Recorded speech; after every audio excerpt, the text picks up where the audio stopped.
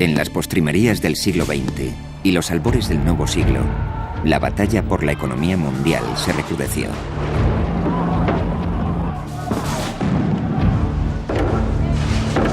Algunos recelaron de la globalización y pusieron en duda sus bondades. Otros la acogieron calurosamente. Millions of people today are better off than they would have been without those trends and developments, without globalization. And very few people have been harmed by them. Cuando los terribles sucesos del 11 de septiembre estuvieron a punto de sumir al mundo en una recesión, se suscitaron nuevas incertidumbres sobre los peligros del nuevo orden económico internacional. ¿Cómo puede nuestro globalizado mundo hacer frente a una depresión mundial y superar futuras crisis? ¿Y es el terrorismo globalizado la otra cara de la globalización prometida? Can't get away from the fact that globalization makes us interdependent. So it's not an option to shed it. So is it going to be on balance positive or negative? Esta es la historia del nacimiento de la nueva economía mundial. Una batalla librada a lo largo de un siglo para determinar quién debe hacerse cargo de los puestos de mando, los gobiernos o los mercados.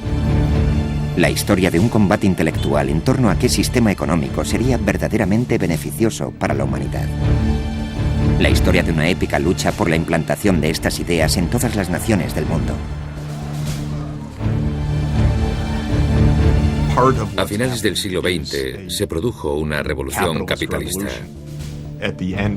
La economía de mercado, el sistema capitalista, se convirtió en el único sistema posible en la mayor parte del mundo. Esta revolución económica ha definido la riqueza y la suerte de las naciones y condicionará el futuro del planeta. Esta nueva economía global está impulsada por los cambios tecnológicos y políticos. Pero estas transformaciones no se habrían dado sin una revolución ideológica previa. En este capítulo continúa la batalla ideológica que aún divide a nuestro mundo.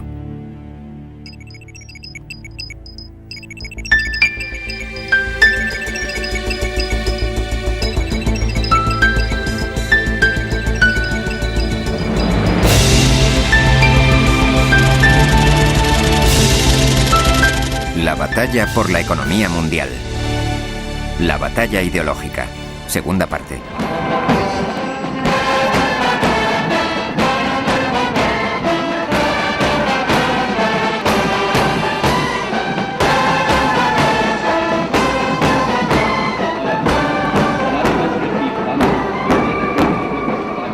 India. La joya de la corona del Imperio Británico. El mismísimo símbolo del imperialismo. Celebraba su libertad.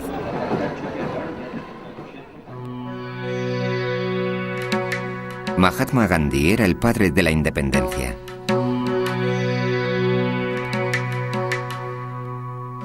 Su ideal económico era una India sencilla, de aldeas autosuficientes.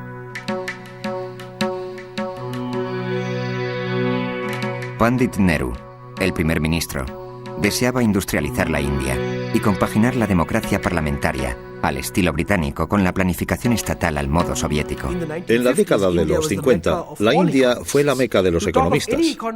Nombre a cualquier economista del mundo y seguro que fue asesor del gobierno hindú. Y sus consejos eran: deben adoptar un modelo de desarrollo industrial dirigido por el Estado. El sector público debía ocupar lo que se había dado en llamar los puestos de mando de la economía. Por ese motivo, el acero, el carbón, la maquinaria, los bienes de capital, todos los aspectos de la industria pesada pertenecían al sector público y no a la iniciativa privada. Nehru depositó sus esperanzas en la tecnología. Nehru era un pensador racionalista y quiso aplicar la ciencia y la tecnología a la resolución de la terrible pobreza generalizada reinante en la época de la independencia. Bajo el gobierno de Nehru, el dirigismo estatal obtuvo el rango de ciencia. Nehru siempre estaba reclutando intelectuales de la India para su causa de la planificación estatal. Y el genial estadístico Mahalanobis era el director del Instituto Hindú de Estadística. Nehru solicitó a Mahalanobis que urdiese un plan económico. El brillante Mahalanobis consiguió reducir todo el conjunto de la economía hindú a una sola fórmula matemática. Let YT equal national income, CT equal consumption, and KT equal investment at time.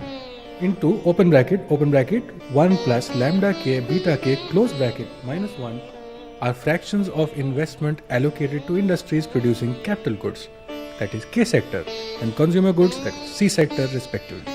We shall write beta k. La gente creyó que esta expresión matemática sería aplicable en un mundo no tan perfecto. En aquel tiempo, el modelo de Mahalanobis fue considerado uno de los modelos matemáticos pioneros para la planificación de una economía mixta, y esto hizo crecer la influencia de Mahalanobis. La India se convirtió en el paradigma del desarrollo económico para las naciones recién independizadas. En todos los países en vías de desarrollo, los conceptos de socialismo, planificación, control, regulación y propiedad estatal se convirtieron en el evangelio. Por toda África, los pueblos confiaban en que el socialismo los sacase de la pobreza. En toda Sudamérica, los gobiernos adoptaron el dirigismo estatal como medio de modernización. El aparente éxito de los países comunistas como la URSS y China parecía indicar el camino a seguir.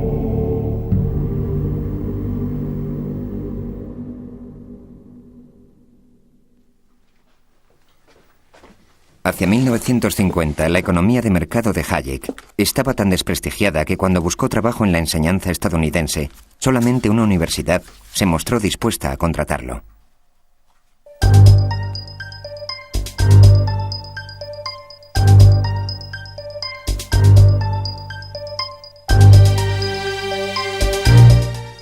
Chicago siempre ha sido un lugar excepcional,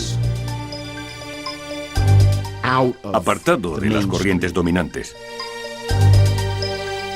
Chicago es una ciudad aislada geográficamente.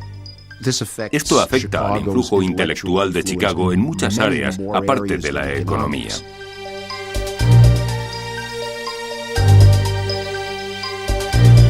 La influencia intelectual de la Universidad de Chicago llegaría a crecer. 8 de sus profesores y 11 economistas de Chicago han obtenido el premio Nobel. Los modos de la gente no eran muy correctos. Estaban interesados en las ideas y en la discusión y no reparaban en si alguien se enojaba. Los almuerzos del Club Quadrangle cobraron fama por la intensidad de las discusiones intelectuales. Y un hombre en concreto llegó a destacarse en aquellos debates. Milton Friedman se convirtió en el mayor exponente de la corriente económica que se dio en llamar Escuela de Chicago. La Escuela de Chicago tenía la firme convicción de que el mejor medio para controlar la economía consistía en reducir al mínimo la intervención estatal y potenciar el mercado libre. En mi juventud, en muchos sentidos, Milton Friedman era la encarnación del diablo en nuestro ambiente keynesiano, puesto que, con todo su énfasis en el individualismo, la libertad y los mercados, parecía no preocuparle la justicia. Quizá los liberales renegasen de la Escuela de Chicago, pero Hayek se sentía a sus anchas en una atmósfera intelectual tan parecida a la de Viena durante su juventud.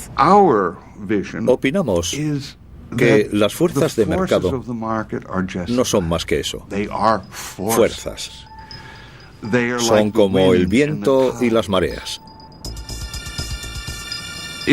Si tratas de ignorarlas, te expones a unos riesgos. Si consigues encontrar el medio de ordenar tu vida controlando estas fuerzas en beneficio de la sociedad, ese es el camino a seguir.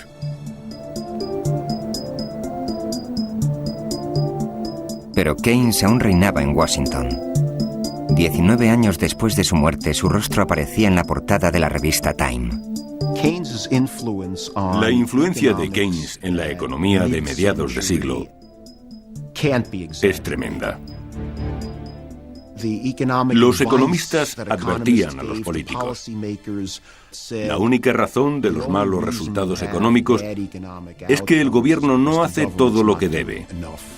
Suena casi a planificación central, ¿no?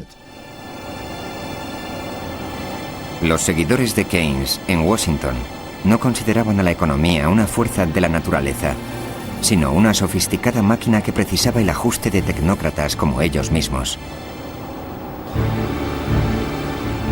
Este consenso keynesianista alcanzó su apoteosis cuando Yale concedió un título honoris causa al presidente que acumuló un mayor número de licenciaturas de las más prestigiosas universidades norteamericanas, John Fitzgerald Kennedy.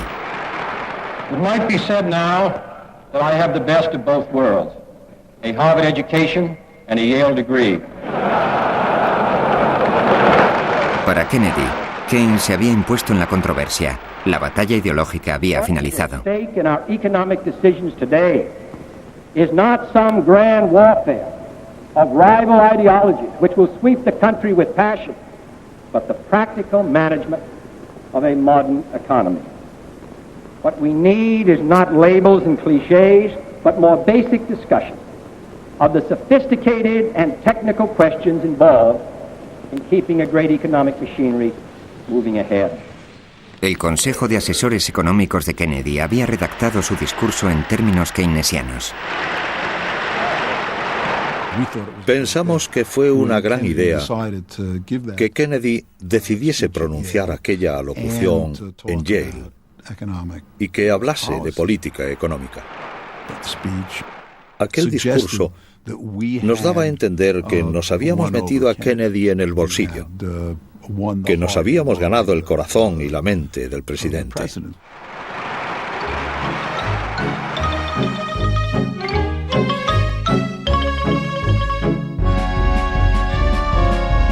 Durante la era que se dio en llamar los 30 años gloriosos, la economía keynesiana había ido cumpliendo con lo prometido.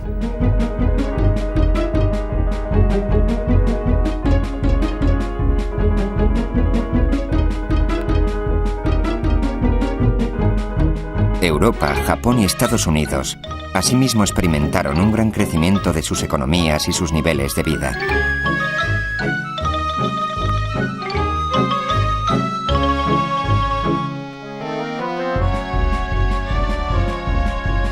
La gente disfrutaba de una prosperidad inimaginable en la posguerra mundial.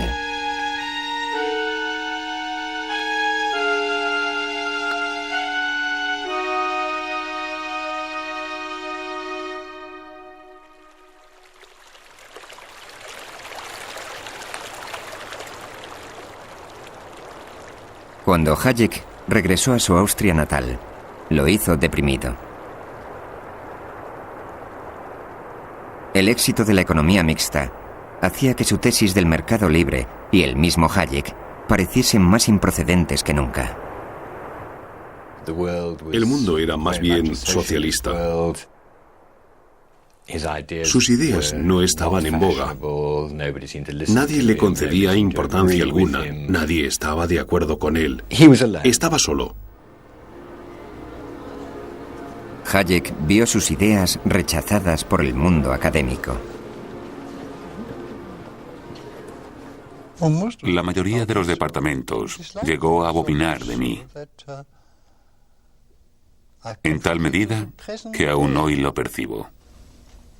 Buena parte de los economistas me consideraba un advenedizo. Vivía en una ciudad de provincias, estancado en la rutina. Pero el mundo exterior empezaba a transformarse. Hojeando el periódico en su restaurante habitual, Hayek leyó que la inflación y el desempleo subían a un tiempo. Existía un nuevo término para describir el fenómeno: estanflación.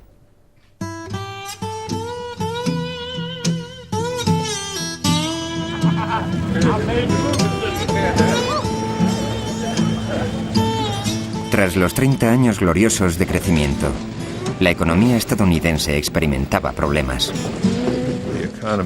En resumen, la economía, de algún modo, no conducía a nada. y padecía una inflación de la que no tenía visos de sanar. Se podría decir que es el malestar de la economía.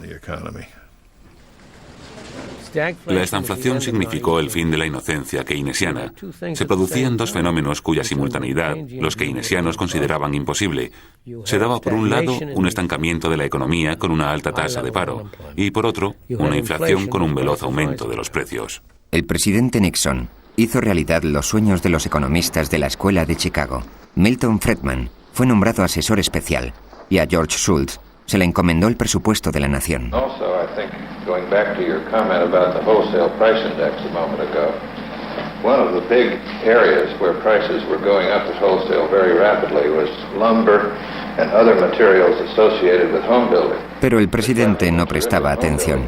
Trató de salir del atolladero incrementando el gasto público. Para más, Henry añadió: ahora soy keynesiano. Esta declaración horrorizó a sus seguidores conservadores. Se sabe que un congresista le escribió diciéndole: «Señor presidente, tendré que quemar todos mis antiguos discursos». Nixon le respondió: «Yo también». Nixon consideraba que aún no había hecho cuanto estaba en su mano, de modo que se llevó a sus asesores económicos más destacados a Camp David para pasar un fin de semana de trabajo. El presentador de concursos Ben Stein se dedicaba por entonces a redactar discursos para la Casa Blanca y su padre asistió a aquella reunión. Aquí aparece mi padre entrando en la cabaña del presidente para reunirse con el señor Nixon. Y ahí está George Shultz, justo detrás de él. No puedo asegurarlo, pero me jugaría algo a que en estas reuniones siempre se están quejando de que algo va mal. Posiblemente hablan sobre los precios y la estanflación, no estoy seguro. Dick Cheney era un joven asesor por aquel entonces. Siempre recordaré el debate que sostuvimos durante la administración de Nixon. La opinión pública estaba convencida de que los precios de los alimentos iban a subir, así que la controversia política consistía en si se podían o no congelar esos precios.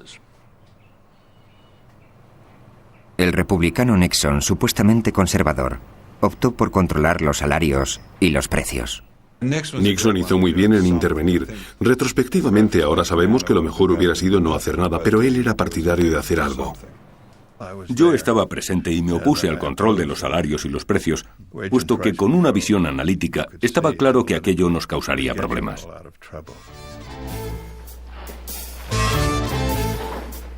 Time has come for a new economic policy for the United States.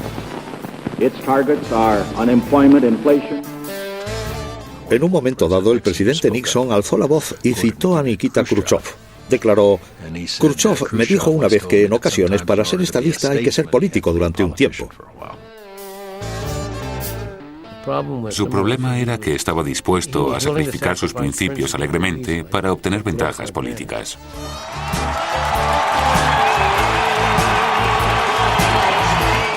Los votantes dieron el visto bueno a la guerra contra la carestía de Nixon.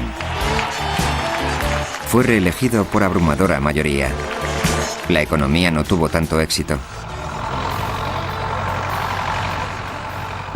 En poco tiempo, la economía se desmandó. La gente no podía cubrir los gastos. Los rancheros dejaron de enviar reses al mercado. Los granjeros empezaron a sacrificar a sus pollos. En lugar de controlar la inflación, provocaron la escasez.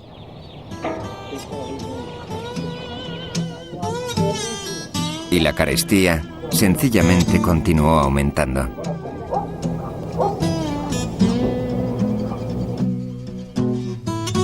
La última vez que vi a Nixon en el despacho oval con George Shultz, el presidente me dijo: «No culpes a George por este asuntillo del control sobre los sueldos y los precios», refiriéndose a George Shultz. Y yo le respondí: «No, señor presidente, no culpo a George, lo culpo a usted».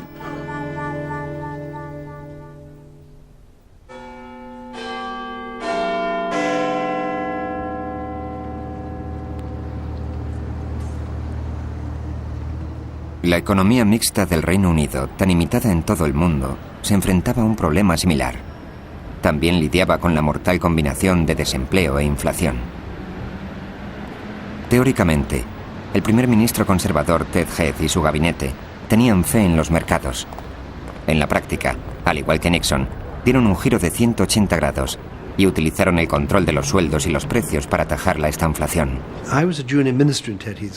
Yo era subsecretario durante el gobierno de Ted Heath y recuerdo haber asistido a reuniones con 3 o 4 ministros en las que establecíamos los precios para la semana siguiente, el coste de los servicios de los fontaneros por reparar los grifos, las tarifas de los taxistas, el precio de las peluquerías. Era algo realmente increíble. Todo esto acabó bastante mal, en colapso absoluto. Una huelga de mineros y la crisis del petróleo sumieron al país en la oscuridad. Los electores responsabilizaron a Heath y expulsaron a los conservadores del gobierno. Well, we're virtually out of business while the power's off. We've got no sets that we can operate at all. Uno de los ministros del gobierno desbancado, Keith Joseph, quizá fuese un intelectual idealista, pero su búsqueda de soluciones innovadoras iba a transformar el pensamiento económico y social, no solo del Reino Unido, sino de todo el mundo. Keith llevaba un cilicio. Se golpeaba el pecho y decía, nosotros somos los culpables, nos equivocamos, y se golpeaba el pecho. Lo llamábamos el monje loco. But all the time I was in favor of shortcuts to utopia. I was in favor of the government doing things because I was so impatient for good things to be done. Y cuando apareció en televisión, tenía una vena en la cabeza que palpitaba insistentemente. Y la gente se dijo, la verdad es que este hombre es un personaje curioso. No obstante, empezó a replantearse la política conservadora. Su búsqueda trajo a Keith Joseph hasta este lugar, donde, alentados por Hayek, un grupo de almas gemelas había instituido un comité asesor intitulado Instituto de Asuntos Económicos. El instituto fue fundado en 1957. Se podría considerar como el resultado directo de la conferencia de Mont Pelerin, la obra Camino de Servidumbre y las tesis de Hayek sobre la libertad y la competencia.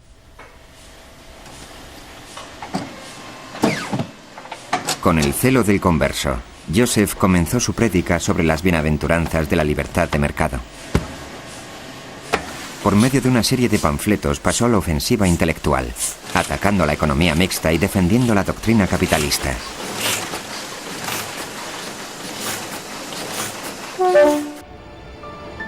Mark Garnett es el biógrafo de Keith Joseph. Mediado el año 1974, Joseph emprende una cruzada con el fin de convertir al país a su causa.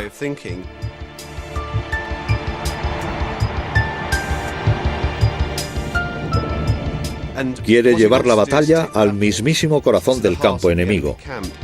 Y él pensaba que las universidades estaban infestadas por el pensamiento socialista.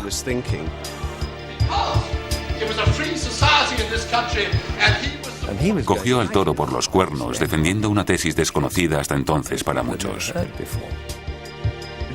Joseph consideraba su deber luchar en pro de la economía de libre mercado. La doctrina de Joseph para reactivar la economía británica consistía en la asunción de mayores riesgos, lo que se traducía en más bancarrotas, más millonarios y menos igualdad. Su auditorio se quedaba atónito. Jamás habían visto a nadie desafiando el consenso. Mild inflation seemed the painless way of maintaining full employment, encouraging growth and expanding the social services. So the result is that we're now more socialist in many ways than any other developed country outside the communist bloc. Solía salir a escondidas por la puerta trasera. Le dolía auténticamente que los estudiantes reaccionasen a sus agudos argumentos lanzándole bolsas de harina. Se sentía casi honrado por salir de aquellas conferencias con yemas de huevo chorreando por su traje. El adepto más importante de Keith Joseph era una prometedora política conservadora llamada Margaret Thatcher. En el Parlamento y en los círculos políticos, los más íntimos amigos de Thatcher coinciden en que la influencia de Joseph fue crucial. Ella confió en el intenso respaldo intelectual que él le brindaba. La intuición no tiene nada de malo. La intuición es la razón con prisas. Y Keith apoyó y reforzó su intuición justamente cuando ella más necesitaba ese apoyo. Margaret Thatcher tenía un instinto innato para la economía de mercado. Estudiando en Oxford, leyó la obra de Hayek, Camino de servidumbre. Causó en ella una honda impresión. Años más tarde, cuando llegó a ser la primera mujer líder del Partido Conservador, en una ocasión arrojó el libro de Hayek sobre la mesa y anunció: «En esto es en lo que creemos». Llamaron al gabinete de Thatcher y preguntaron si podía pasarse por aquí a verlo. Así que vino y guardó un silencio inusual en Margaret Thatcher mientras estuvo aquí sentada, intensamente atenta a las palabras del maestro. En 1974, Hayek veía cómo el mundo empezaba a marchar de acuerdo con su ideario. En cuanto a las corrientes de opinión se refiere, ahora, por primera vez en mi vida, sigue en la dirección correcta.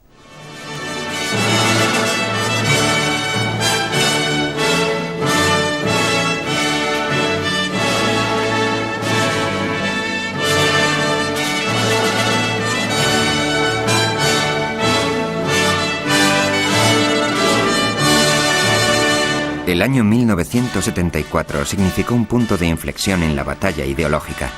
La concesión del premio Nobel a Hayek constituyó una sorpresa. Sin embargo, la balanza empezaba a inclinarse en favor de Hayek en detrimento de Keynes. Me gustaría señalar que cuando era joven, solo los ancianos creían aún en la economía de mercado.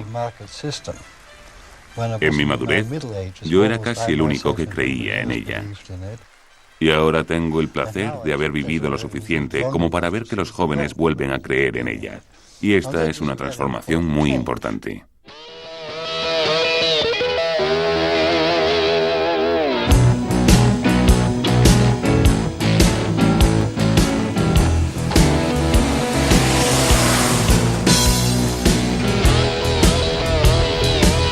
La economía estadounidense pasaba por su peor bache desde la Gran Depresión.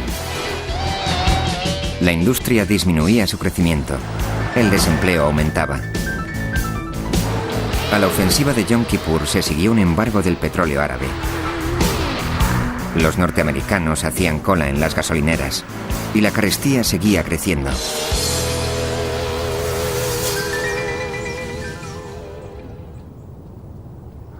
La Escuela de Chicago siempre había sostenido que las rígidas regulaciones estatales no hacían sino elevar los precios y exacerbar la inflación.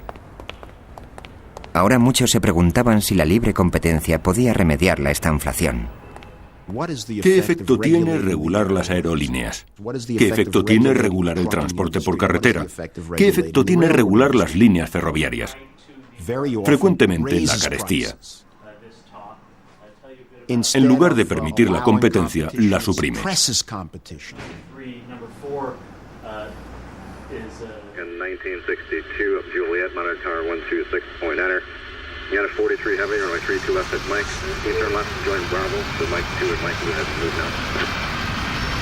La plétora de normativas promulgadas para las compañías aéreas durante la Gran Depresión aún estaban en vigor.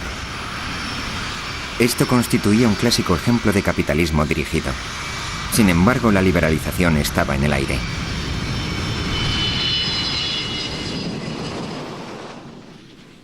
El senador demócrata Ted Kennedy encomendó a Stephen Breyer, hoy miembro del Tribunal Supremo y entonces profesor de Harvard, una investigación sobre las regulaciones de las aerolíneas. Descubrimos que aún continuaban las mismas empresas que en 1938, es decir, las grandes compañías y ni una sola nueva. Los responsables de la aviación civil comparecieron para testificar en las sesiones de investigación.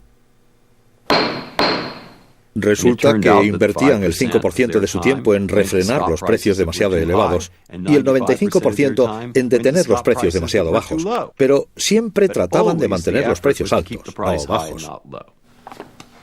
Naturalmente, las compañías aéreas consolidadas estaban muy contentas con tal componenda. Y les preguntábamos, ¿cuándo fue la última vez que dieron la concesión de una nueva ruta? La regulación suponía que las grandes compañías como Pan Am nunca debían competir con las recién llegadas.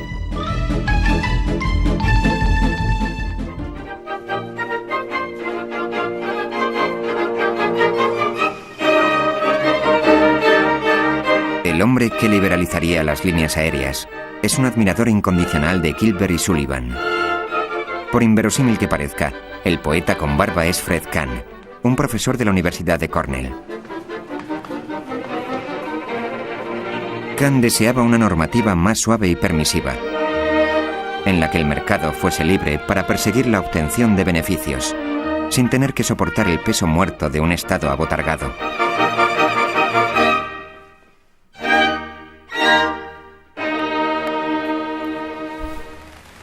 El presidente demócrata Jimmy Carter puso a Kahn al frente de la Junta de Aviación Civil. Kahn había pasado varios años estudiando el dirigismo estatal. Ahora tenía la oportunidad de hacer algo al respecto. Cuando llegué a la Junta de Aviación Civil, mi cometido más importante era hacer cumplir la ley.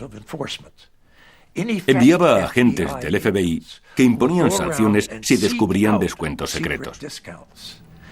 Les imponíamos una disciplina.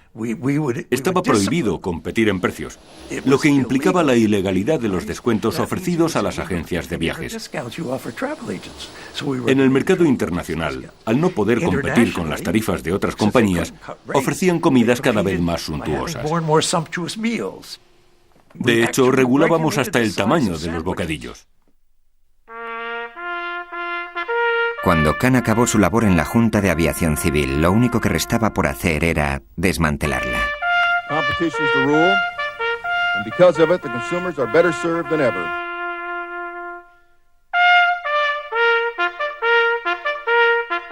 La liberalización de las compañías aéreas originó penosas turbulencias a medida que aparecían y desaparecían nuevas aerolíneas. Como antes su padre, Judith Hamill, trabaja en el campo de la aviación civil. Mi padre era mecánico de aviones de la compañía Braniff. A los 59 años se encontró con que prescindían de sus servicios. Cuando Braniff lo readmitió, puesto que tenía el deber de volver a contratarlo, lo hizo rebajándole el sueldo a la mitad. Cuando vives bajo una normativa y esa normativa cambia, es una pena. Sin embargo, 20 años después, las aerolíneas daban empleo al doble de personal y transportaban casi el triple de pasajeros. La industria había subestimado la demanda de billetes más baratos. Y sucedió que a medida que los precios bajaban, la demanda subía de forma espectacular.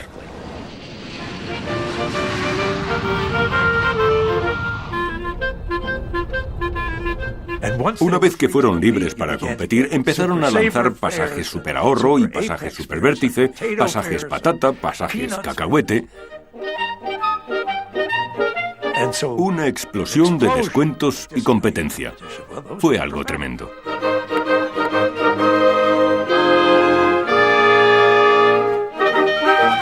La liberalización de la economía norteamericana estaba en marcha. Y ahora esta doctrina estaba a punto de entrar en los mismísimos dominios de Gilbert y Sullivan.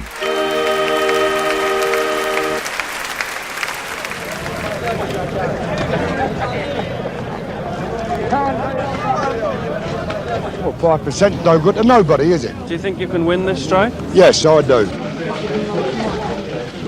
Fue llamado el invierno del descontento. Todo el mundo parecía estar en huelga. I think it stinks like all the other damn strikes in this country run by the filthy socialist communist unions. Los basureros pararon. Asimismo las ambulancias. Y en caso de muerte los sepultureros también estaban en huelga.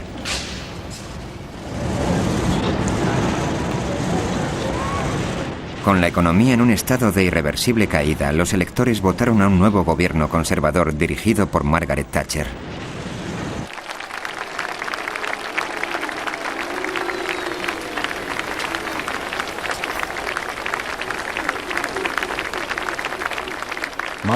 Margaret Thatcher fue elegida primera ministra el día del cumpleaños de mi padre. Así que le envió este telegrama desde Freiburg. Gracias por el mejor regalo que nadie podía hacerme en mi 80º cumpleaños. Pocos días después, ella le escribió desde el número 10 de Downing Street. Querido profesor Hayek, me siento muy orgullosa de haber aprendido tanto de usted durante los últimos años. Estoy segura de que tendremos éxito. Si es así, su contribución a nuestra victoria suprema habrá sido inmensa. Sinceramente suya, Margaret Thatcher. And I'll strive unceasingly to try to fulfill the trust and confidence that the British people have placed in me and the things in which I believe. Resuelta, y hay quien afirma que estridentemente se lanzó a revolucionar la economía. The spirit of enterprise had been sat upon for years by socialism, by too high tax, by too high regulation, by too high public expenditure. The philosophy was nationalization, centralization, control, regulation. Now, this had to end.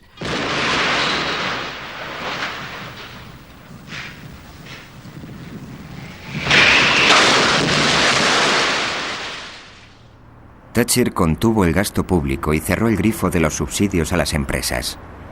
Se siguieron miles de quiebras y una alta tasa de desempleo.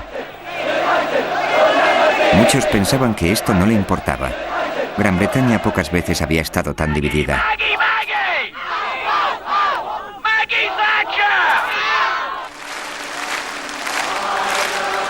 Thatcher no prestaba oídos a los economistas keynesianos que la instaban a contribuir con dinero público para paliar la situación.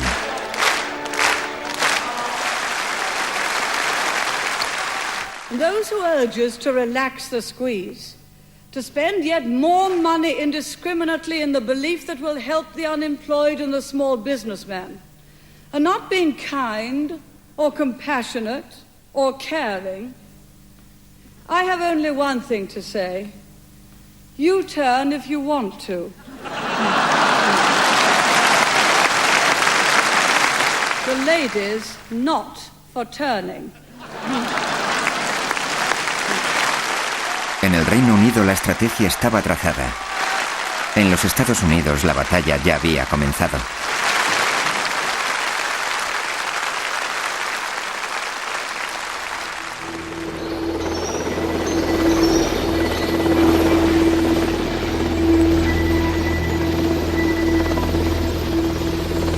La economía estadounidense estaba en recesión. El presidente Carter hablaba de malestar y pérdida de confianza. La revolución iraní había provocado una nueva crisis del petróleo y el secuestro de la embajada estadounidense en Teherán.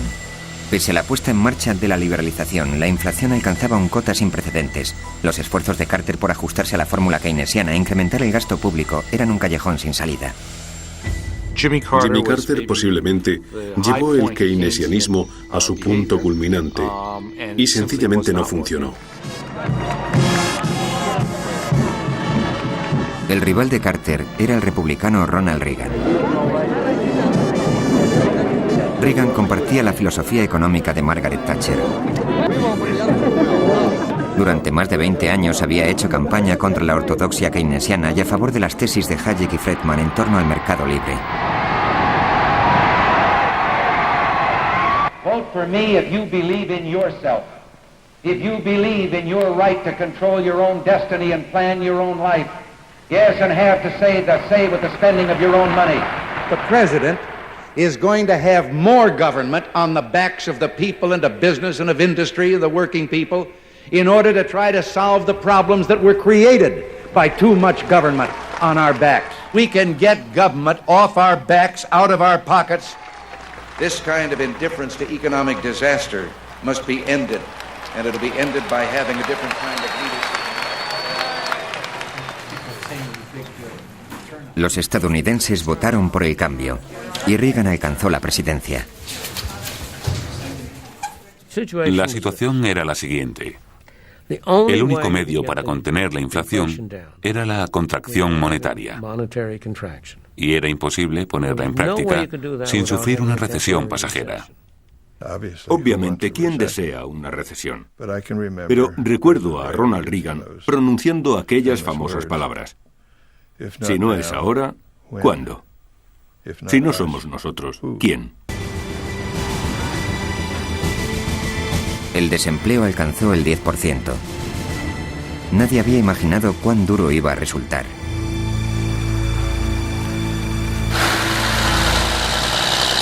Por toda la nación, la gente corriente lo pasaba mal. Los tipos de interés solo se comen los beneficios. Resulta muy difícil mantener el negocio. En los años 80 los tipos de interés estaban hasta el 20% o más. Subieron mucho. Recuerdo que el flujo de caja llegó a estar muy restringido a medida que todo se ponía más tenso y más difícil. Los acreedores nos obligaban a vender. Ya saben, trae el dinero o tendremos que liquidarte. Era un pozo del que resultaba muy difícil salir. Si en agosto de 1979 me hubiesen dicho que los tipos de interés, el tipo de interés preferencial, llegaría al 21,5%, posiblemente me habría escondido bajo tierra a llorar, pero sobrevivimos a ello.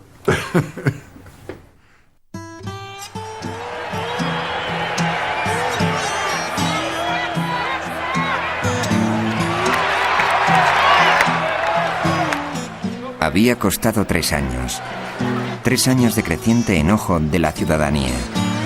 3 años de auténtica penuria para millones de norteamericanos. Pero en 1982 se había dado muerte al dragón de la inflación.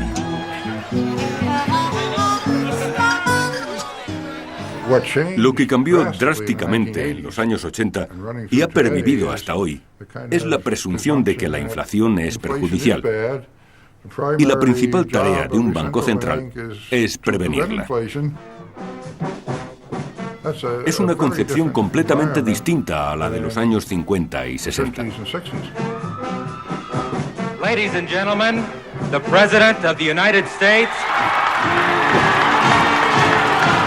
Reagan y Walker habían corregido el rumbo de la nueva economía estadounidense. From our very first day, we've been working to undo the economic wreckage they left behind. Su política recibió el nombre de Reaganomics y se componía de 4 ingredientes básicos. El primero era una moneda fuerte. El segundo, la liberalización. El tercero, la moderación impositiva. El cuarto, recorte del gasto público. Ahora parece bastante convencional, pero cuando Reagan salió elegido, sus émulos lo vilipendiaron calificándolo de extremista radical. They just can't accept that their discredited policies of tax and tax, spend and spend are at the root of our current problems. La rebaja de los impuestos de Reagan, la mayor de la historia, llevó al país a un enorme déficit. Sin embargo, la economía empezó a crecer sin cesar. No me cabe duda alguna de que aquellas medidas de Reagan, la reducción de los impuestos y el hincapié que hizo en la liberalización, dieron rienda suelta a las fuerzas constructivas básicas que conforman el mercado libre. Y desde el año 83 en adelante el crecimiento ha sido continuo.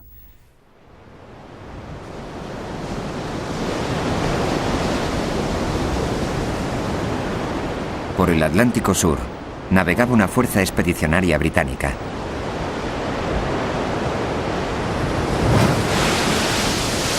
Argentina había reconquistado las Islas Malvinas a Gran Bretaña. Margaret Thatcher se arriesgó a provocar una guerra tratando de recuperar el archipiélago.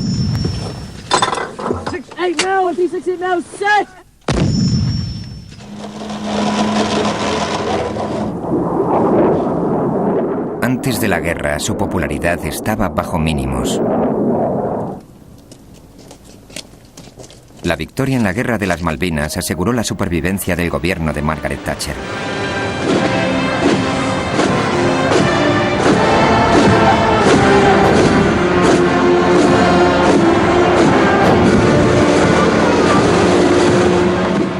Las Malvinas la salvaron. Las Malvinas le concedieron una prórroga para llevar a cabo las medidas políticas que había acometido, que por entonces aún no arrojaban resultados. En efecto, se lo jugó todo en las Malvinas y triunfó rotundamente. Eso no solo la reafirmó dentro del Partido Conservador, sino también en todo el país y en gran medida aumentó su reputación internacionalmente.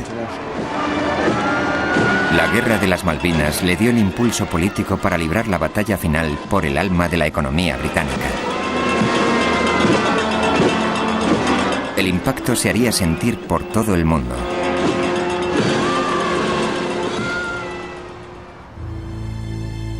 En 1945, el gobierno laborista de Attlee había nacionalizado los puestos de mando de la economía, socializando las principales industrias y sometiéndolas al control estatal. Ahora los thatcherianos consideraban estas industrias estatales su principal objetivo. So the whole efficiency of nationalized industries was running down.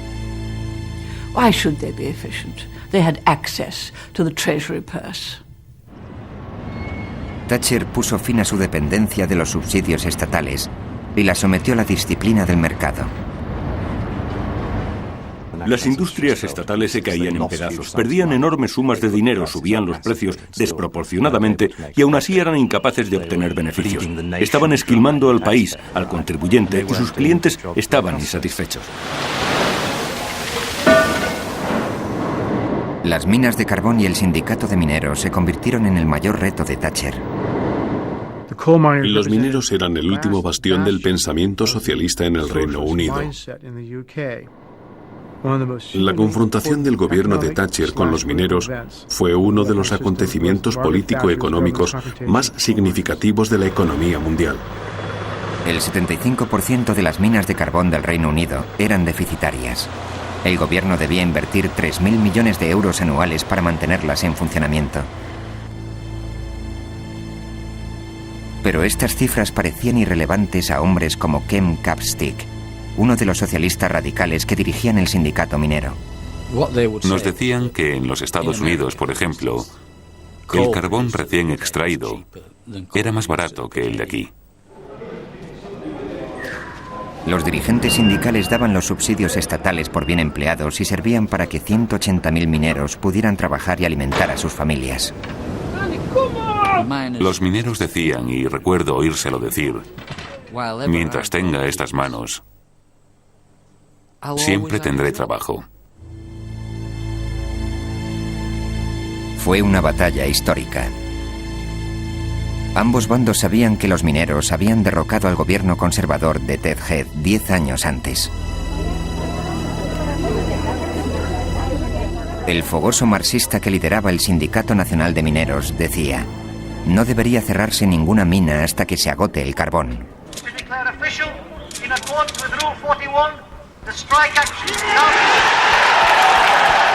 The issue before our members is very clear.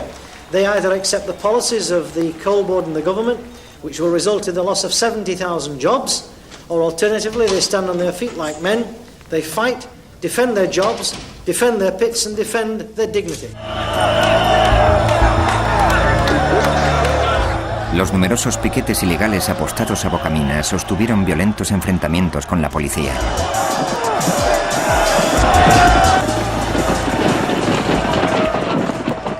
Los mineros y sus familias tenían una escala de valores seguramente incomprensible para Thatcher.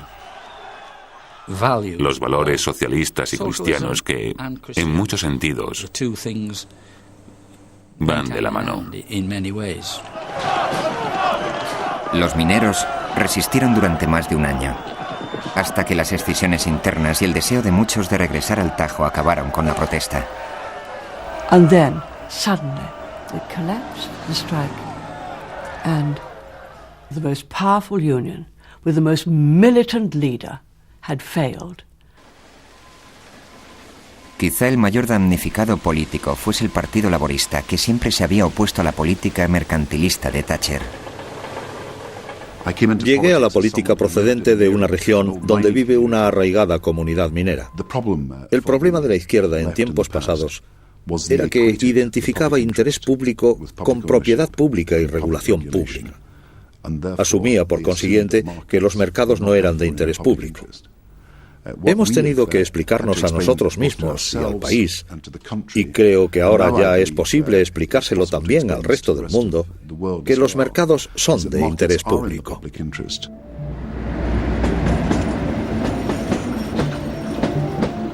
Uno de los inventos más importantes del gobierno de Margaret Thatcher fue el mecanismo conocido como privatización. Esto es, tomar estas compañías estatales, estas industrias nacionales, y vender acciones. Uno por uno, el gobierno de Thatcher puso todos los puestos de mando de la economía británica en venta. La electricidad, el teléfono, el petróleo, el gas, el carbón, el acero, el ferrocarril, las líneas aéreas, incluso el agua. En poco tiempo, 2/3 de la industria estatal habían pasado a manos del sector privado.